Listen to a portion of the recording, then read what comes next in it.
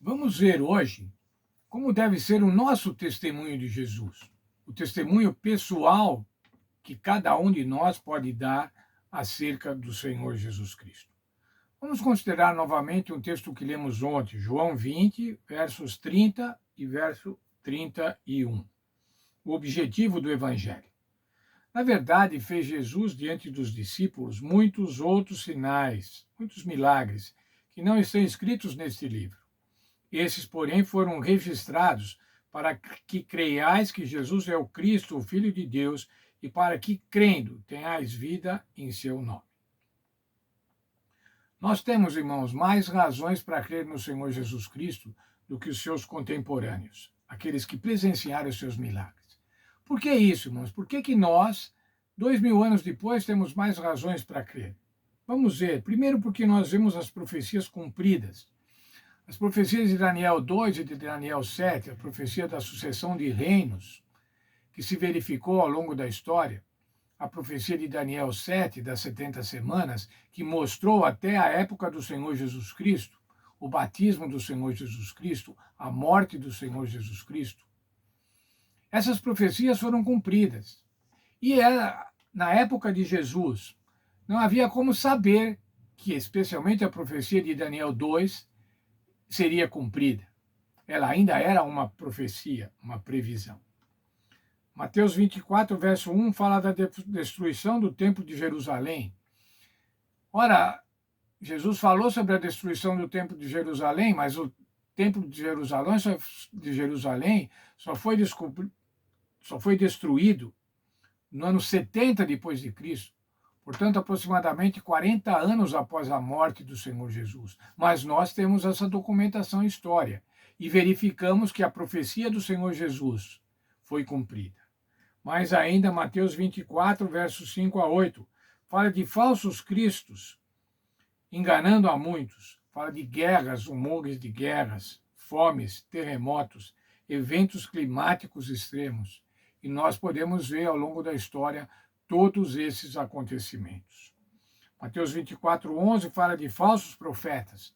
Quantos falsos profetas? E agora, nesse sentido, eu quero falar falsos pastores, falsos mestres, que enganam o povo. Nós podemos ver o cumprimento dessa profecia do Senhor Jesus. E naquele momento histórico, os discípulos de Jesus, os contemporâneos de Jesus, ou aqueles que estavam vivendo logo após a ressurreição do Senhor Jesus Cristo, não podiam verificar o cumprimento dessa profecia. Mais ainda, Mateus 24, 14, fala da pregação global do Evangelho.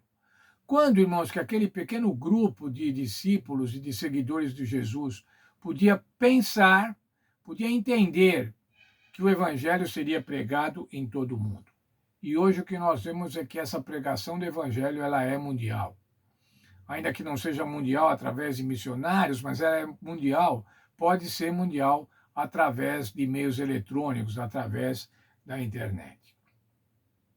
Durante o ministério de Jesus, seus seguidores continuaram um grupo pequeno e hostilizado pelos padrões humanos, que deveria ter desaparecido da história há muito tempo. Veja aquele pequeno grupo de pessoal iletrado, irmãos, de pessoal sem posses, pobres, mas eles poderiam ser eliminados, poderiam ser esquecidos, mas o Senhor Jesus disse que a pregação do Evangelho aconteceria no mundo inteiro. E hoje nós podemos ver isso. A nossa fé existe como cumprimento da profecia de Jesus, de que o Evangelho seria pregado em todo o mundo. Nós aqui, irmãos, no Brasil, em São Paulo, 2000 anos depois de Cristo, nós somos cumprimento da profecia de que o Evangelho seria pregado em todo o mundo.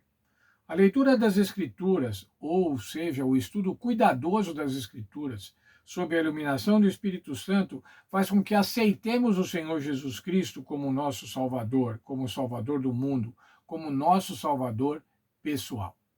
Ao lermos as Escrituras, ao lermos as profecias, ao lermos os Evangelhos, e ao verificarmos a execução das Escrituras, a execução das profecias, ao verificarmos que as profecias foram realizadas, estão sendo realizadas, isso aumenta a nossa fé e isso faz com que aceitemos o Senhor Jesus como nosso Salvador pessoal. Então, agora que aceitamos o Senhor Jesus como Salvador pessoal, nós não vamos deixar de testemunhar. Veja o texto da nossa lição. Então, cada um à sua maneira e a partir do relacionamento com Deus, pode ter uma história para contar, a qual pode não ser tão impressionante quanto de ver um morto ressuscitado ou um cego curado. Mas o que importa é que conhecemos Jesus e, do nosso modo, testemunhamos dele, como fizeram as pessoas mencionadas em João. Quando conhecemos a Jesus, irmãos, nos tornamos suas testemunhas. Passamos a testemunhar sobre o fato de que o Senhor Jesus era o Messias da profecia. Atos 1:8, vamos ler o texto do autor Lucas. Porém, quando o Espírito Santo descer sobre vocês, vocês receberão poder e serão minhas testemunhas. Testemunharão de Cristo em Jerusalém, em toda a Judéia e Samaria e até nos lugares mais distantes da terra. O autor de Atos, irmãos, relata essas palavras do Senhor Jesus. Vocês vão receber o Espírito Santo. O Espírito Santo vai descer com vocês. E vocês vão receber poder para testemunhar em Jerusalém, na Judéia e Samaria e até os lugares mais distantes da terra. Jesus usa aqui algumas referências geográficas que a gente pode utilizá-las espiritualmente. Jerusalém, a nossa casa, a nossa família. Judéia e Samaria, os nossos vizinhos, os nossos amigos, os nossos colegas, o nosso relacionamento social. E os confins da terra, a sociedade em geral, todos os seres humanos, as missões missionárias. Deus, então, abençoe, irmãos, e que a gente possa entender a nossa responsabilidade como testemunha de Jesus. Nós somos hoje testemunhas de Jesus. Nós devemos testemunhar do Senhor Jesus como nosso Salvador pessoal, como aquele que salva cada um de nós, como aquele que pode dar a cada um de nós a vida eterna.